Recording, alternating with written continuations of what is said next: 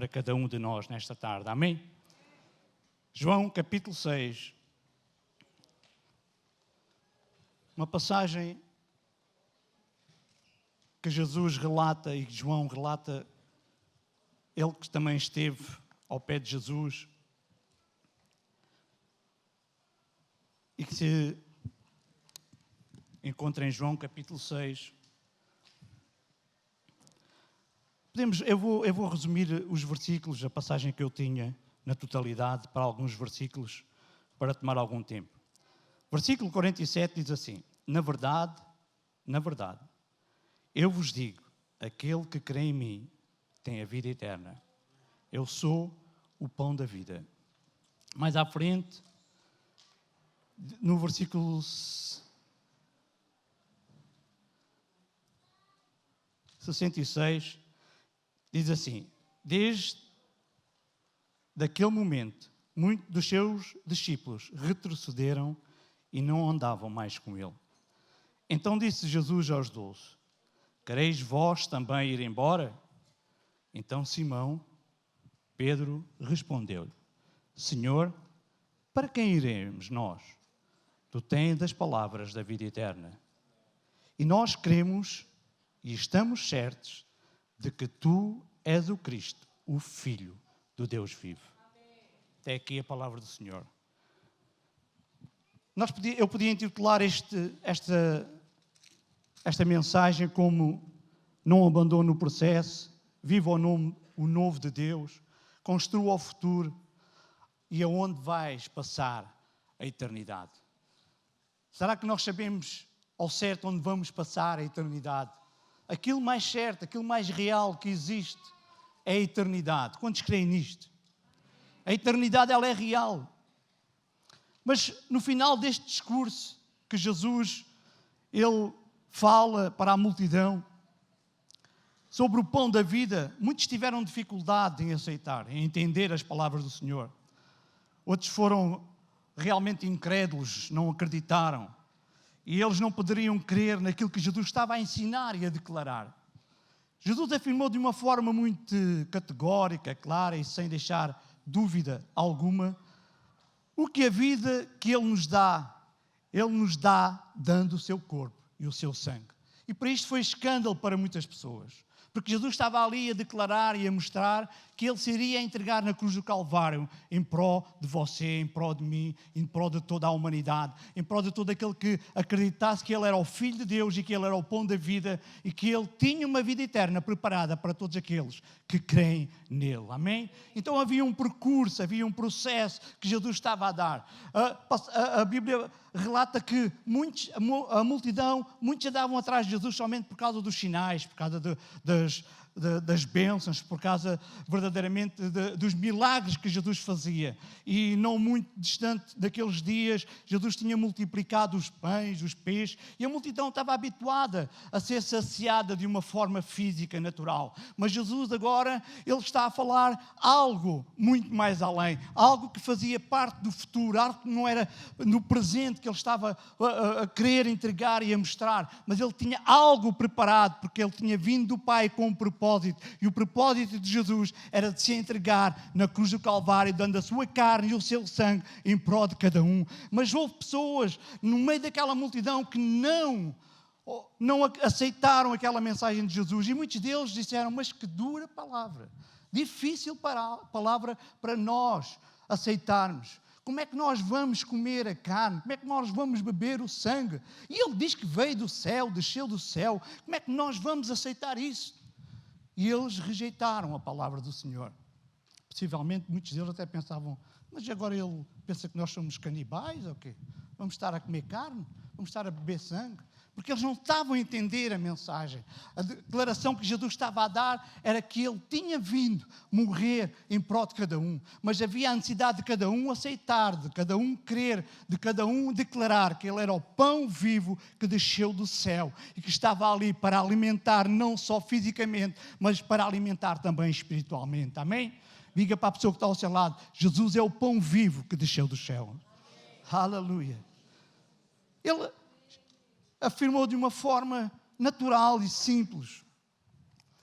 E aquilo que Jesus estava a ver e olhar é que muitos o abandonaram, muitos voltaram para trás, muitos o deixaram, muitos não creram na sua palavra. A incredulidade estava nos seus corações. E Jesus, a certa altura, chega ao pé dos discípulos e diz: e vós? A palavra de Deus diz que ele chegou ao pé dos 12 e disse: e vós? Também querem se ir embora? Também é dura e difícil esta palavra para vós? E a palavra de Deus diz que Pedro, ele ergueu a sua voz e disse para o Senhor. Pedro, sabe, Pedro é aquela pessoa que às vezes nós olhamos, está no culto, parece que está assim, meio despercebido, meio fora, meio desligado, aquela pessoa meio assim, louca, maluca. E nós pensamos assim, isto nem está a tomar atenção ao culto. Mas Pedro, ele, por várias vezes, a Bíblia relata que num momento de perguntas que Jesus lhe fez, ele foi a pessoa que estava mais ligada àquilo que Jesus estava a perguntar, para responder com sabedoria. E Pedro, ele responde: Senhor, para quem iremos nós? Senhor, para quem iremos nós? Isto é uma afirmação que Pedro declara. E é sobre isto, sobre esta afirmação, que eu quero que nós, nesta tarde, possamos meditar. Porque Jesus, ele diz, a palavra que eu disse no meio da multidão, ela é a mesma palavra que eu estou a falar para vocês. A minha palavra não muda. Ela é a mesma ontem e hoje e eternamente. Vocês querem se ir embora ou vocês aceitam andar comigo? Ou vocês abraçam verdadeiramente o processo que eu tenho para as vossas vidas? E Pedro, ele declarou: sim, Senhor, para quem nós iremos? Só tu tens as palavras da vida eterna. Amém? Diga para a pessoa que está ao seu lado: só Jesus tem as palavras da vida eterna.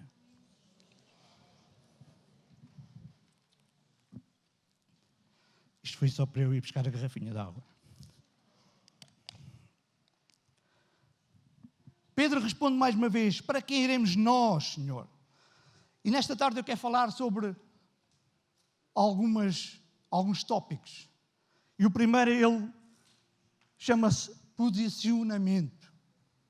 Pedro teve uma posição. Pedro tomou posição.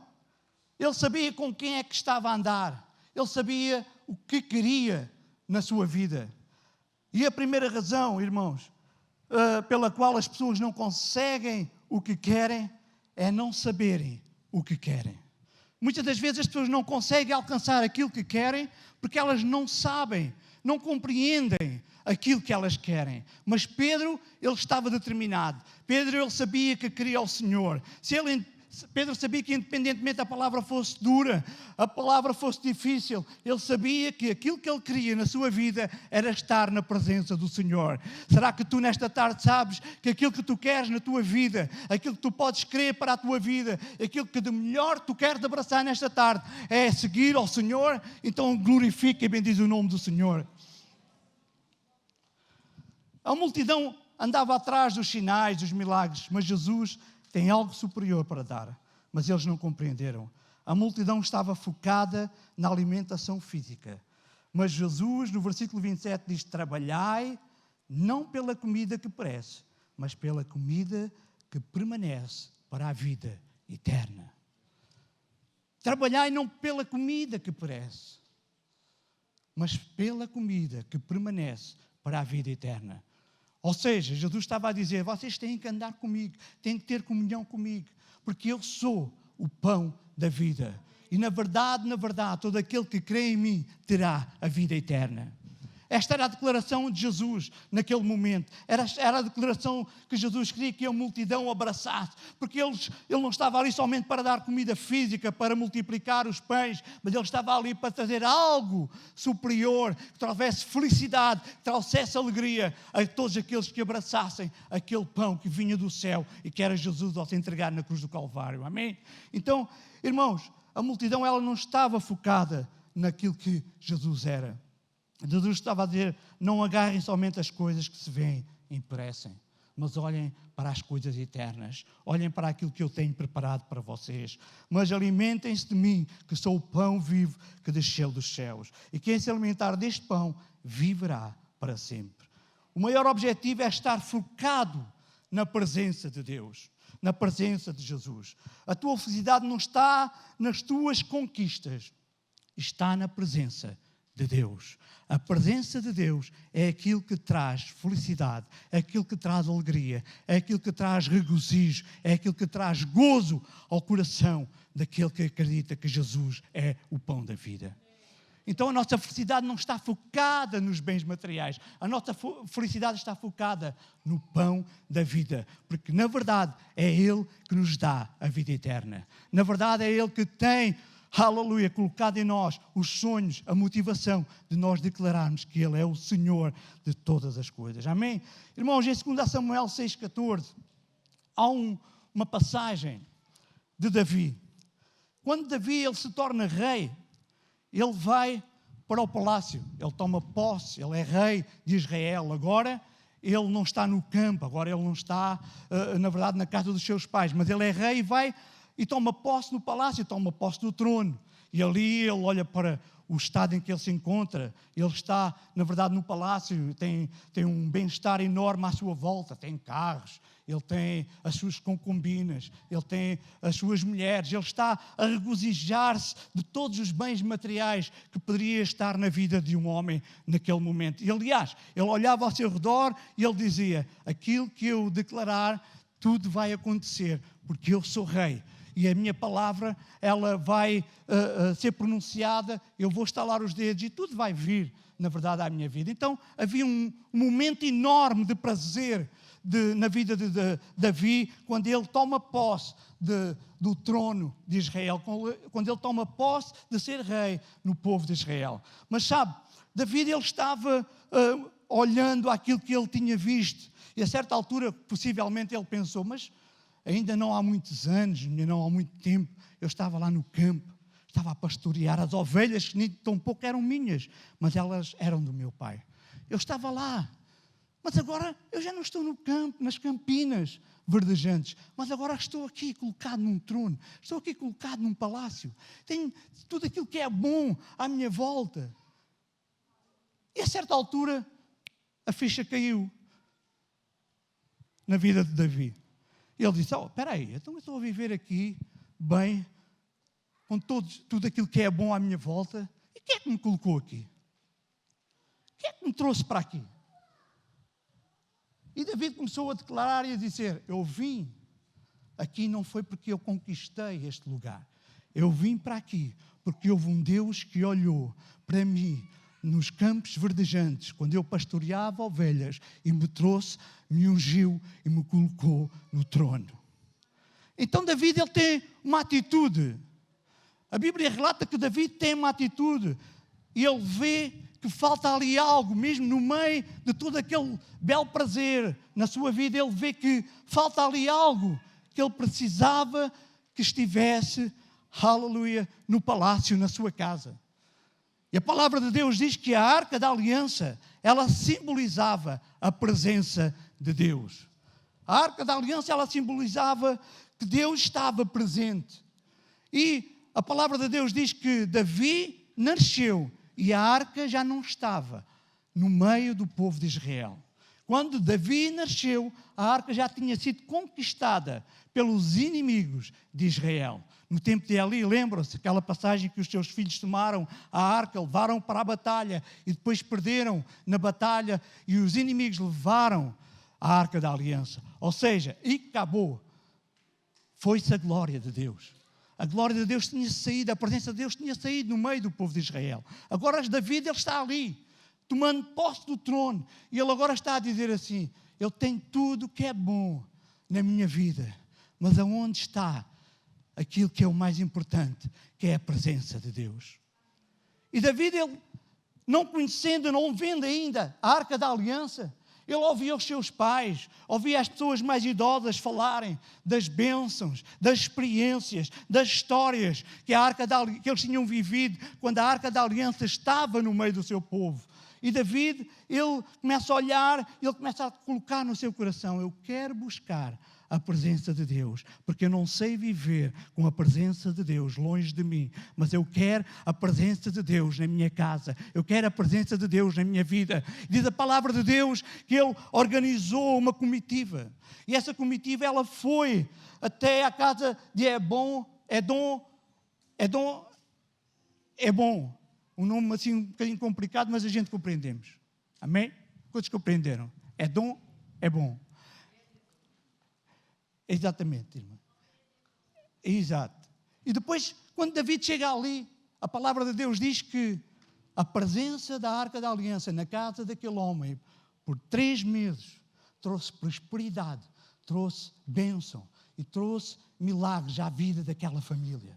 Eu quero dizer nesta tarde que a presença de Deus é tudo aquilo que nós precisamos para a vida de cada um de nós. Mas sabe uma coisa? David, ele queria viver as experiências. Ele não estava ali para viver as experiências do passado, dos seus pais, das pessoas mais antigas. Não, ele estava ali e queria viver as experiências dele. Ele queria buscar a presença de Deus para ser ele a contar mais tarde aos seus filhos as experiências que ele tinha tido com a presença de Deus. Eu quero dizer nesta tarde que cada um de nós tem experiências com Deus. Quantos aqui já têm tido experiências com Deus? E as experiências que você teve não são as minhas experiências. As experiências que eu tive não são as suas experiências, mas cada experiência que nós temos na presença de Deus são importantes para nós caminharmos no sentido de Deus, aleluia, estar bem presente na nossa vida. Então David, ele vem, diz a palavra de Deus que ele tomou a Arca da Aliança, os sacerdotes levaram a Arca aos seus ombros, e a certa altura, a meio do caminho, a palavra de Deus diz que David, ele foi tomado pelo Espírito de Deus. Ele começou a despir as suas roupas e deixar somente as suas roupas interiores. Ele começou a cantar, ele começou a dançar, ele começou a ter uma experiência na sua vida. Agora não era aquilo que as pessoas mais idosas, mais avançadas na idade, estavam a contar as experiências dele, mas agora era uma experiência que Davi estava a ter com ele próprio na presença de Deus. E quando Davi ele vai a cantar, ele vai tomado pela presença de Deus, diz a palavra de Deus que ele dançava. Ele não estava preocupado a olhar para um lado, nem para o outro. O que é que este vai dizer? O que é que o outro vai dizer? Aquilo que ele queria era sentir, regozijar-se e alegrar-se na presença de Deus. Aleluia! Era aquilo que David queria e foi aquilo que ele conseguiu. É como se ele estivesse a cantar lá conforme em Cantares, capítulo 5, que diz: o meu amado é o mais belo entre milhares de milhares. O David, ele podia estar a dizer assim: é bom o palácio, é bom os carros, é bom as concubinas, é bom os criados, é tudo bom, mas acima destes milhares, melhor é me alegrar na presença do Senhor, melhor é estar na presença do meu amado, porque Ele é mais belo do que todo e qualquer bem material que possa estar à minha volta. David estava a declarar: eu quero esta experiência com Deus, eu quero estar, aleluia, sentindo a presença de Deus na minha vida. Diz a palavra de Deus que David, ele preparou uma tenda e levou essa tenda, e levou a Arca da Aliança até essa tenda. E quando a Arca da Aliança é colocada dentro dessa tenda em Jerusalém, ele faz holocaustos e sacrifícios de comunhão por causa da Arca da Aliança estar no seu meio. Sacrifícios e holocaustos de comunhão. Irmãos, quantos aqui têm buscado a presença de Deus? Eu quero buscar a presença de Deus para a minha vida. Eu quero ter a presença de Deus. Sabe, a alegria maior é nós termos a presença de Deus na nossa vida. E David tomou uma posição. David disse: eu quero ir buscar a presença de Deus, porque eu não sei viver sem a alegria da presença de Deus. Amém? Então, David, ele se esforçou e teve verdadeiramente este propósito. Posicionou-se para buscar a presença de Deus. Amém? Então, Pedro também se posicionou quando Jesus lhe faz esta pergunta: querem vocês também se ir embora? Querem vocês também me abandonarem? E Pedro tomou a posição: Senhor, para quem iremos? Senhor, para quem iremos? Esta foi uma posição que Pedro, ele teve. Se só tu tens, só Jesus tem, só Jesus tem. Aleluia, as palavras da vida eterna. Em segundo lugar, confiança. A segurança que você tem não está nos lugares que você vai alcançar ou pode alcançar, mas está em quem vai com você até lá. A segurança que nós temos não é as conquistas que eu tenho e chegar aos lugares aonde eu quero alcançar, mas a segurança que eu tenho é saber que o Senhor me vai a acompanhar para eu alcançar aquilo que Ele tem preparado para mim. Não é para que eu possa voltar no meio do caminho para trás, não. É para que eu possa continuar com a certeza que o Senhor, Ele está comigo até ao final da jornada. O Senhor está contigo até ao final da jornada. O Senhor está contigo, aleluia. Tu não estás só. Eu não estou só. Nós não estamos sós. O Senhor está conosco. Josué capítulo 1, versículo 9 diz: não te mandei eu, esforça-te e tem bom ânimo, não pasmes nem te espantes, porque o Senhor teu Deus é contigo para onde quer que andes. Para onde quer que andes, o Senhor teu Deus é contigo. Amém. Diga esta palavra de consolo e de conforto para a pessoa que está do seu lado. O Senhor teu Deus anda contigo. Diga isto, declare.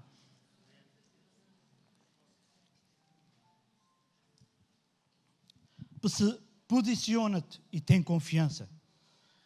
Josué podia dizer assim: mas tem muralhas. E o Senhor podia dizer: tem.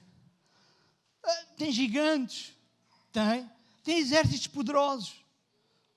Porque ele estava quase a alcançar a terra prometida. Mas o Senhor dá-lhe esta palavra: tu não vais só, eu estou contigo. Eu estou, aleluia, ao teu lado.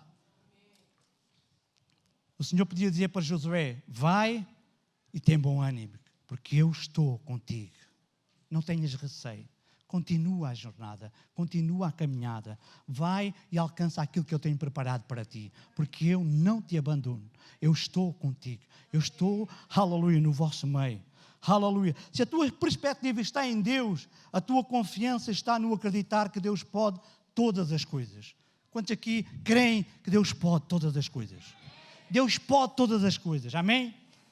Deus pode todas as coisas. Agora vou pregar um bocadinho como o pastor Oscar. Deus pode todas as coisas. Foi pouco, vamos dizer um amém mais forte. Ele está lá no outro lado, está a ouvir-nos. Ele está online, está a ver o culto online connosco. Por isso vamos dizer: o Senhor pode todas as coisas.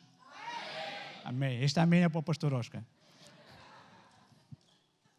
E sabe qual é o original do Senhor pode todas as coisas? Eu vou revelar aqui qual é o original da frase: o Senhor pode todas as coisas. O original é: o Senhor pode todas as coisas. Aprendeu? O original é: o Senhor pode todas as coisas. Diga para a pessoa que está ao seu lado: o Senhor pode todas as coisas. O Senhor pode todas as coisas. Ele é o Deus do impossível. Aleluia. Aleluia. Jesus, na tempestade, primeiro, ele acalma os discípulos. Jesus, quando levanta-se uma tempestade, os discípulos estão no barco, e o Senhor, quando chega sobre as águas, ele acalma primeiramente o coração. Ele traz segurança, ele traz confiança primeiramente aos discípulos. Depois entra no barco, e depois de estar no barco, ele acalma a tempestade. Aquilo que Deus quer fazer, aleluia, à nossa vida, é primeiramente mostrar-nos que a nossa confiança, a nossa segurança está no Senhor. A nossa segurança, a nossa confiança não está verdadeiramente num acalmar de uma tempestade. Mas o Senhor, Ele quer mostrar, primeiramente, traz tranquilidade ao nosso coração. E depois Ele mostra-nos que quando nós estamos seguros, temos confiança nele, toda a tempestade que está ao redor, ela acalmará, porque a sua palavra, Ele tem poder para acalmar todas as tempestades, estejam à volta, seja de quem for. O Senhor quer que nós olhemos para Ele como Ele a fonte de segurança, a fonte onde nós temos que ter confiança, aleluia, nas nossas vidas. É nele, é nele. Ele poderia entrar no barco, acalmar a tempestade e depois trazer consolo ao coração dos discípulos, mas não foi assim que ele fez, não foi assim que ele praticou. Aquilo que ele fez foi, porque até aí os discípulos podiam pensar, o Senhor acalmou a tempestade, então estamos dentro do barco, então está tudo bem. Então a segurança está quando Ele acalma somente a tempestade. Não, Jesus quer acalmar, primeiramente, o nosso interior, trazer paz, regozijo a cada um de nós, para que nós possamos ver que Ele é o pão da vida e depois Ele vai acalmando tudo aquilo que possa estar a perturbar, possa estar a ser levantado para nos perdoar no seu nome, que é sobre todo o nome. Amém? Jesus estabelece um princípio. A tua segurança não tem que estar no mar que se acalma, mas na minha presença que se manifesta. É na presença de Deus que se manifesta no meio do seu povo, em quem nós devemos de olhar como um princípio para a nossa vida, porque ainda que tenhamos a passar por dificuldades e circunstâncias adversas, Ele é o Senhor Todo-Poderoso, que poderá fazer mudar a história de cada um daquele que crê no seu nome. Amém? Ele é o Deus que muda. Uma oração, ela pode mudar a tua história. Uma oração, ela pode trazer milagre à tua vida. Quantos creem nisto? Uma oração, ela pode trazer verdadeiramente conversão à vida de alguém. Porque é no nome de Jesus, é no nome daquele que, na verdade, é o pão vivo que desceu do céu para trazer eternidade a todo aquele que nele crê. Porque Deus, Ele fala lá em João 3,16, porque Deus amou o mundo de tal maneira que deu o seu Filho unigênito para que todo aquele que nele crê não pereça, mas tenha a vida eterna. Deus, amor, fé e eternidade neste mesmo versículo. Amém? Então, irmãos, temos que tomar posição. Pedro tomou posição. Alguns estavam a abandonar, alguns estavam a sair, alguns estavam a ser incrédulos, alguns não acreditavam para os dias, naqueles dias, e muitos não acreditam nos dias de hoje, que a igreja, ela é e foi levantada pelo poder do Senhor Jesus para trazer a palavra viva e eficaz e testemunhar do pão vivo que veio do céu para trazer vida e vida em abundância. Confiança. Equilíbrio, irmãos. Em terceiro lugar, ser constante, firme nas palavras de Jesus. Senhor, para quem iremos? Disse Pedro. Só tu tens as palavras. Esta afirmação de Pedro, as palavras que traz equilíbrio, as palavras que traz fortaleza, as palavras que traz regozijo, aquelas palavras que nós precisamos nos momentos mais tristes, nos momentos de ansiedade, nos momentos de dificuldade, circunstâncias adversas. É as palavras de Jesus que vêm à nossa vida para nos tranquilizar. É as palavras. Então Pedro diz, as tuas palavras, a palavra de Deus, ela é viva, ela é eficaz e ela é transformadora na vida daqueles que as guardam, na vida daqueles que recebem, na vida daqueles que querem ser constantes e firmes nas palavras de Jesus. Pedro colocou as palavras dos ensinos de Jesus, constantes e verdadeiras, que trazem equilíbrio. As palavras de Deus, elas trazem equilíbrio à tua vida. As suas palavras trazem firmeza. As maiores experiências de fé não dependem da lógica, mas de uma convicção. Quantos aqui têm convicção que Deus é Deus do impossível? Não vai pela lógica. Não nos movemos pela lógica, mas nós caminhamos pela convicção que o Senhor é conosco, que Ele está conosco, Ele é a nossa segurança e que Ele tem algo para cada um de nós, para que nós possamos fazer dentro da sua vontade e do seu querer. Amém? Moisés, precisamos de ter uma atitude constante, mesmo quando os nossos olhos veem as coisas e não têm sentido.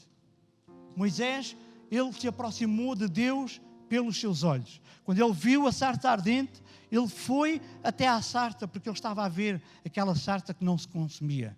Ele foi e caminhou até ali àquela sarça e só depois ouviu a voz de Deus, da presença de Deus. Mas manteve-se no caminho pela convicção daquilo que Deus o mandou fazer. Ele aproximou-se de Deus por aquilo que ele estava a ver, mas aquilo que o levou ao Egito para libertar o povo foi a convicção que Deus estava com ele e que Deus o tinha escolhido para que ele pudesse libertar o seu povo que estava a viver em escravidão debaixo de Faraó. Então a convicção, ela é importante. É bom nós vermos os milagres, amém, mas é bom nós caminharmos convictos que o Senhor está connosco, que o Senhor está no nosso meio, que o Senhor vai na frente e que nós não estamos caminhando somente por acaso, mas que o Senhor tem determinado uma chamada para cada um de nós, para que nós possamos abraçar aquilo que Ele quer fazer na vida de cada um. Ele manteve. Se eu vir por aquilo que os meus olhos veem sem a fé, ao primeiro discurso duro e volto para trás, conforme muitos discípulos voltaram. Ao primeiro sermão de Jesus duro, onde ele disse, agora não vai haver pão, peixe neste lugar. Agora aquilo que vocês vão ouvir é que eu sou o pão da vida e que desci do céu e agora vocês vão ter que comer da minha carne e beber do meu sangue se querem ter um relacionamento, uma vida íntima comigo. E muitos olharam para aquilo e disseram, isto é um sermão duro, difícil. Como é que nós vamos abraçar isto? E muitos deles saíram. Eu quero dizer que nós estamos na casa do Senhor. E não é por causa de um irmão que não o cumprimentou, por causa de alguém que não o cumprimentou com a paz de Deus, ou não falou a você despercebidamente, nós vamos abandonar e voltar para trás. Mas estamos aqui com um propósito, sabendo que o Senhor tem o melhor para nós. Deus tem o melhor para ti. Sabe? Noé, ele levou uma vida para construir a arca. Quantos conhecem aqui a vida de Noé? A história de Noé. A Bíblia relata que ele levou cerca de 120 anos para construir uma arca. E veja bem, Deus mandou construir uma arca e naquela altura ainda não chovia sobre a terra. E ele, pela fé, dedicou a sua vida, dedicou todo o seu esforço, toda a sua firmeza, todo o seu equilíbrio, toda a sua posição física, toda a confiança no Senhor, nas palavras de Deus, para construir aquela arca. Para quê? Quantos dias permaneceu o dilúvio e quantos dias andou Noé dentro da arca sobre as águas? Alguém me sabe dizer? 40 dias. Sabe o que é que Deus disse? Depois de Noé, depois de Noé parar com a arca. Sabe o que é que Deus disse? Agora, largas a arca e avança. Não é podia dizer assim, então, mas, Senhor, uma vida inteira dedicada à construção da arca, e agora ao fim de 40 dias, estás-me a mandar largar aquilo que eu dediquei uma vida inteira? Estás-me a mandar avançar para outra área, estás-me a mandar avançar em frente. Mas Deus estava a dizer a Noé, Noé, larga a arca e avança, porque eu tenho coisas novas para ti. Larga a arca. A arca, ela serviu para um momento de sobrevivência ao dilúvio. Mas agora Deus está, aleluia, num processo de construção. E Deus quer usar Noé noutra área. Deus quer que Noé avance, não com a arca, mas com outras ferramentas. Aquilo que eu quero dizer nesta tarde é que o Senhor, Ele vê e tem conhecido aquilo que tu tens feito, até aos dias de hoje. Mas se o Senhor te mandar fazer coisas novas para que a construção avance, para que a povoação avance, para que verdadeiramente o projeto de Deus avance na tua vida, não fiques agarrado às coisas do passado, mas largas e determina que aquilo que o Senhor te está a mandar é para avançares, é para fazeres, é para caminhares, porque o Senhor tem novas ferramentas para colocar nas tuas mãos.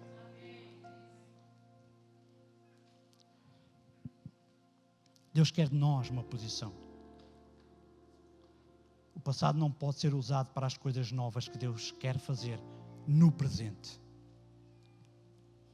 Lembra-se, Davi, ele ouvia contar das bênçãos, das maravilhas que os seus pais tinham tido com a presença de Deus. Mas Davi, ele quis ter uma experiência própria. Ele quis ter aquela experiência com a presença de Deus e ele teve. Então não se agarrou somente àquilo que os seus pais contavam nas histórias antigas, mas ele quis viver no presente aquilo que Deus tinha para ele. Que nós possamos querer também, no presente, viver aquilo que Deus tem para os dias de hoje. Porque eu acredito que nestes dias Deus é o mesmo que cura, que sara, que faz maravilhas no nosso meio. Eu acredito no mesmo Deus, aleluia, que Abraão acreditou. O Deus de Abraão, de Isaac e de Jacó é o mesmo Deus que está aqui. O Jesus que falou para as multidões, que multiplicava pães, fazia milagres, fazia os cegos ver, é o mesmo Jesus que está aqui. O Espírito Santo que desceu no dia de Pentecostes sobre toda a igreja, sobre os discípulos, sobre todos aqueles que estavam ali clamando ao Senhor, é o mesmo Espírito Santo que está neste lugar nos dias de hoje. Então o Deus que operou no passado é o Deus que está a operar no presente, projetando cada um de nós para um futuro eterno na sua presença. Então, se você crê nisto, glorifica e bendiz o nome do Senhor. Aleluia. Irmãos, em quarto lugar, escolhas, decisões.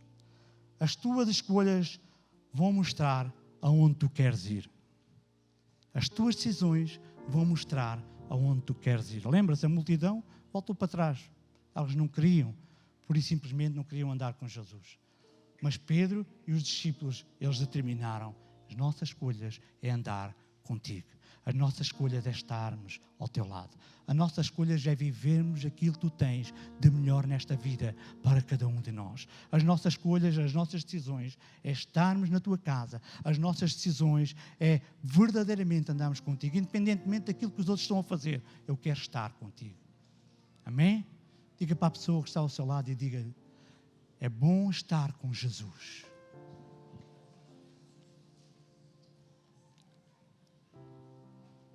Olha, sabe uma coisa? Ninguém vai fazer por você aquilo que você pode fazer. Exemplo, no dia dos namorados, não é ninguém que vai dar um ramo de flores à sua mulher ou à sua namorada. É você que vai ter que fazer. É? Se o Bina viesse com um ramo de flores dar à minha mulher, isto já não estava assim tão bem. Porque era eu é que tinha que lhe dar. Não é, Bina? Há coisas que temos de ser nós a fazer. Há coisas, sabe uma coisa, eu não vou dar o dízimo na casa do Senhor por você. Alguém quer dar o dízimo por mim este mês? Compete-me a mim. Cada um de nós. Tem coisas que somos nós que temos que fazer. As escolhas, as decisões. O Senhor está ali. Está ali na presença. O Senhor está ali para dar. O Senhor está ali para abençoar. Porque Ele tem tudo de bom, tudo de melhor ainda que nós pensamos. Ele tem ainda superiormente, aleluia, mais agradável e mais maravilhoso para dar a cada um de nós. Então, nós temos que tomar uma decisão. Nós temos que tomar escolhas. O escravo não tem escolha, não tem opção. Mas o filho, ele é livre. Compreenderam? Um escravo, ele não tem escolha. Não tem liberdade para escolher. Não tem a opção para querer ir para um lado ou para o outro. É escravo, está amarrado. Agora quem é filho, é livre para escolher. Quem é filho, tem a liberdade de escolher. Lembra-se do filho pródigo? Passagem do filho pródigo, quando o filho chega ao pé do pai e diz: pai, eu quero a minha parte, quero a minha herança. E o pai o que é que disse? não prendeu o filho. O pai disse: eu dou-te a provisão, que é a tua parte, e libero também a tua saída. Mas sabes uma coisa? Eu vou-te dizer a ti, para onde tu vais, eu não te vou acompanhar. Os caminhos que tu estás a escolher, eu não vou estar contigo. Tem escolhas, tem decisões, que nós como filhos, temos que escolher de agrado e de acordo com o Pai. Escolhas que nós podemos dizer, eu vou para aqui e sabemos, temos a convicção, a certeza que o Senhor está connosco, que o Senhor nos acompanha. Agora, quando há filhos que querem largar o pão, querem largar aquilo que é bom e querem ir comer bolota, então o Senhor não os acompanha. Até ao ponto de eles reconhecerem e tomarem uma escolha, uma decisão, agora sim certa. Eu quero ir para a casa do meu pai, porque lá eu tenho pão, lá eu tenho mantimento, lá eu tenho tudo aquilo que é bom, tenho água fresca. Isto era um momento para os irmãos beber uma piguinha de água. Está muito calor. Na casa do pai há água fresca. E ali ele tomou uma decisão, uma opção de escolha, deixou de comer bolota para estar na presença do Senhor. Amém? Estou a terminar, irmãos.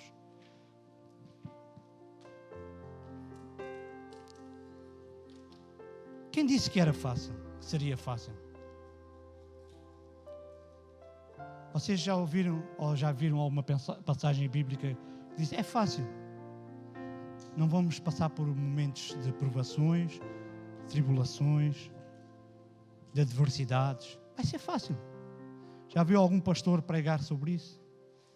Nós estamos aqui, ministramos aquela que é a palavra viva e verdadeira, que embora seja por vezes dura e difícil de aceitar, é a palavra que é verdadeira. É fácil? Não. Há adversidades? Há. Há dificuldades? Há. O Senhor Jesus diz: tende bom ânimo, eu venci o mundo e vós ireis vencer, porque estáis em mim. Tende bom ânimo. Eu venci o mundo, vocês também vão vencer. Permaneças firme, posicione-se, tenha confiança, seja constante e escolha bem. Precisamos de escolher bem nestes dias. Porquê? Porque há uma motivação.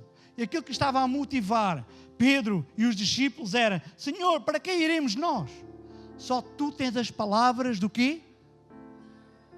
Só tu tens as palavras do quê? Aquilo que pode dar motivação nesta tarde, nestes dias, no presente, aleluia, é nós termos a certeza que vamos estar eternamente com o Senhor. Vamos ter uma vida eterna com o Senhor. Vamos permanecer fiéis. Não vamos deixar o caminho no meio da caminhada, mas vamos permanecer. Está difícil? Está. Estamos com problemas? Estamos. Mas agora o fardo já não é pesado, porque nós estamos nele. E ele, aleluia, tem um fardo leve para cada um de nós. Nós entregamos os nossos fardos pesados a ele. E ele, aleluia, carrega-os. Olha, irmãos, para terminar, vivemos num mundo onde todas as coisas são passageiras. Quantos creem nisto? A matéria não é eterna. Tudo o que é criado está sujeito à morte. Nós estamos a caminhar para a eternidade. Não estou a dizer nenhuma heresia. Você está a caminhar para a eternidade. Quem nasceu, vive e ao fim de algum tempo vai falecer. Aqui alguém é eterno já? Somos eternos somente nas palavras de Jesus. A eternidade que Jesus declarou, ela já está a viver em nós. Nós já estamos a caminhar em direção à eternidade.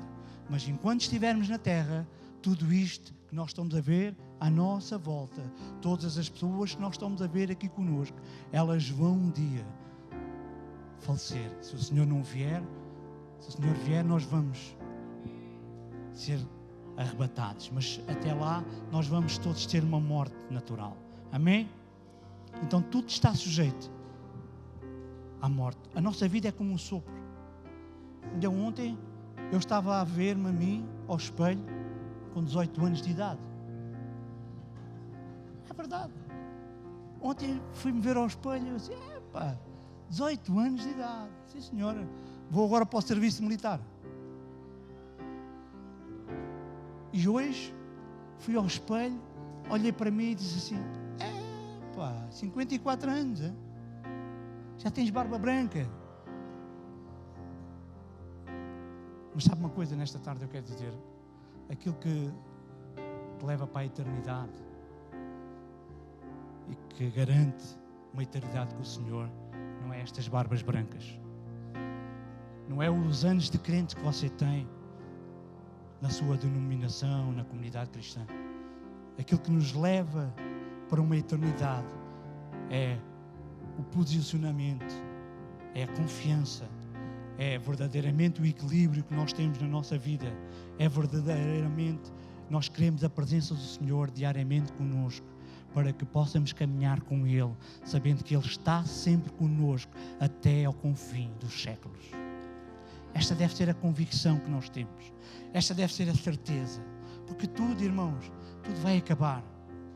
Olha, deixe-me só dizer aqui 3 tópicos. A beleza, ela vai acabar.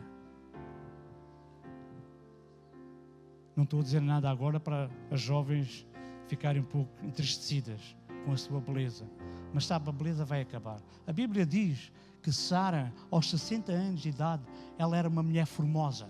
Era uma mulher bonita, por onde Abraão passava, os reis, os governantes, eles queriam ficar com Sara, por causa da sua formosura. Mas sabe, a certa altura, diz a palavra de Deus que Abraão teve que comprar um campo, um terreno, para sepultar a sua esposa. Mas eu sou forte. Eu sou uma pessoa forte. A Bíblia diz que Davi, quando estava lá nos campos do seu pai a pastorear as ovelhas, vinha o leão, vinha o urso e ele os derrubava. Vinha o gigante e ele o derrubou. Vinham os exércitos numerosos e Jesus, na sua força, no seu vigor, ele derrubava todos os seus inimigos. Mas a Bíblia também relata que nos últimos dias da sua vida, Davi estava estendido no leito, no seu leito, e nem a força de uma criança ele tinha. Mas tinha sido um homem cheio de força, cheio de coragem, cheio de ousadia. Mas agora, aquela força, aquela coragem tinha passado na vida de Davi. Agora ele estava ali. Sabedoria, inteligência, conhecimento. Nos dias de hoje, nós sabemos que ser sábio, ser inteligente, ter o conhecimento de toda a tecnologia, ela pode nos levar a nós olharmos para as coisas de uma maneira mais ampla, totalmente diferente, e ficarmos um pouco até exibidos de nós próprios. Mas a Bíblia diz que Salomão, o homem mais sábio da história, até aos dias de hoje, o homem com mais conhecimento, a Bíblia relata e diz que nos últimos dias da sua vida, ele foi tolo ao ponto de deixar que as suas mulheres o levassem a adorar a outros deuses. Ele não teve convicção, não teve determinação, não declarou dizendo só o Senhor é Deus, eu não vou adorar a estes deuses. E no entanto foi o homem mais sábio de toda a história. Por isso eu digo nesta tarde, é bom nós estarmos com o Senhor.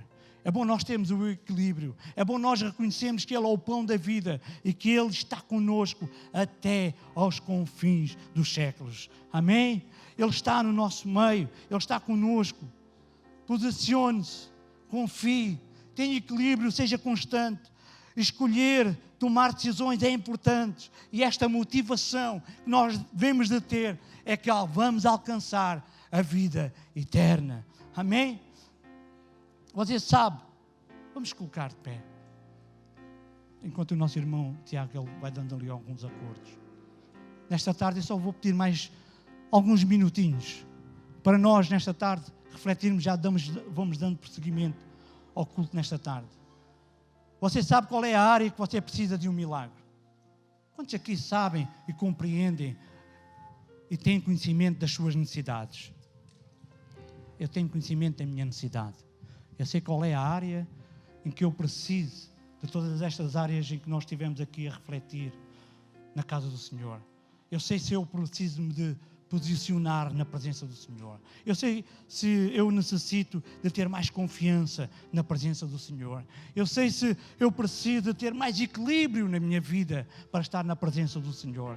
Eu sei se eu preciso de ter mais motivação para fazer aquilo que o Senhor quer fazer na minha vida. Eu conheço o meu interior e Deus conhece o interior de cada um de nós. E perante Ele todas as coisas estão nuas e patentes, porque Ele é aquele que vai tratar com cada um de nós. Por isso nós não podemos estar a esconder na sua presença nada, mas Ele é conhecedor de todas as coisas. Então, irmãos, nesta tarde, aleluia, a palavra de Deus diz que Jesus, a certa altura, chegou ao pé de um cego, ajoelhou-se ao pé dele e disse: o que é que tu queres que eu te faça? Por vezes é uma pergunta sem lógica. Imagine, o homem é cego, Jesus chega ao pé dele e diz: o que é que tu queres que eu te faça? Jesus está-nos a dar aqui um princípio. Para nós, ou aquele homem tinha que expor qual era a necessidade que ele tinha na vida dele. Vamos ser aquele homem que dizia assim: eu quero dinheiro, eu quero ter uma vida financeira boa. Mas na verdade a sua grande necessidade era de ver. Na verdade a sua grande necessidade era de ser curado. Na verdade a sua grande necessidade era que houvesse cura sobre a sua vista. Então Jesus, Ele nos traz este princípio. Tu que conheces o teu interior, a tua vida, a tua necessidade, expõe-te perante o Senhor, que Ele é o Deus que cura. Ele é o Deus que traz um milagre à tua vida. Ele é o Deus que conhece a tua necessidade.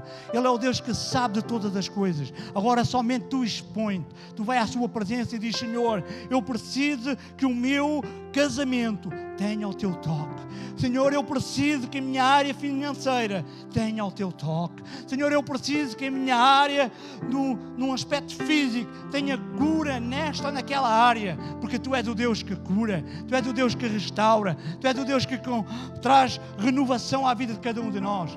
E nesta tarde, aquilo que eu gostava que cada um de nós pudéssemos colocar e expor nas mãos do Senhor é as nossas necessidades, é as nossas dificuldades, é aquilo que nós estamos a viver, que o Senhor sabe qual é a tua necessidade, em que área, mas Tu também o sabes. A Bíblia diz que Jesus disse: eu não vim para os que estão sãos, eu vim para os doentes. Eu vim para aqueles que precisam de cura. Eu vim para aqueles que necessitam de cura. Eu vim para aqueles que querem ser curados. Aqueles que querem estar ao pé de mim e receberem o meu toque. Aleluia, aleluia. Expõe as tuas feridas perante o Senhor. Nós vamos orar. Eu não vou chamar ninguém aqui à frente, mas vamos orar com a convicção que a oração da fé, ela, aleluia, traz cura, ela traz renovação, ela traz transformação à tua vida. Coloca a mão na pessoa que está ao seu lado e ora. Deixa de ser usado por Deus, porque Deus, Ele quer te usar. Posiciona-te na presença do Senhor, porque Deus, Ele quer usar-te para grandes obras, para grandes coisas, porque o Senhor é aquele que tem determinado fazer acontecer nesta tarde, na vida de cada um de nós. Posiciona-te, confia, alegra-te na presença do Senhor. Alegra-te na presença do Senhor. A presença do Senhor, ela traz toda a diferença. Enquanto os irmãos vão estar ministrando louvor, nós vamos orar pela pessoa que está ao seu lado. Deixa a adoração entrar no teu coração. Deixa o louvor entrar em ti. Uma das formas que Davi usava era que através dos seus cânticos, do seu louvor, e quando ele, a Bíblia relata que quando ele louvava, adorava ao Senhor.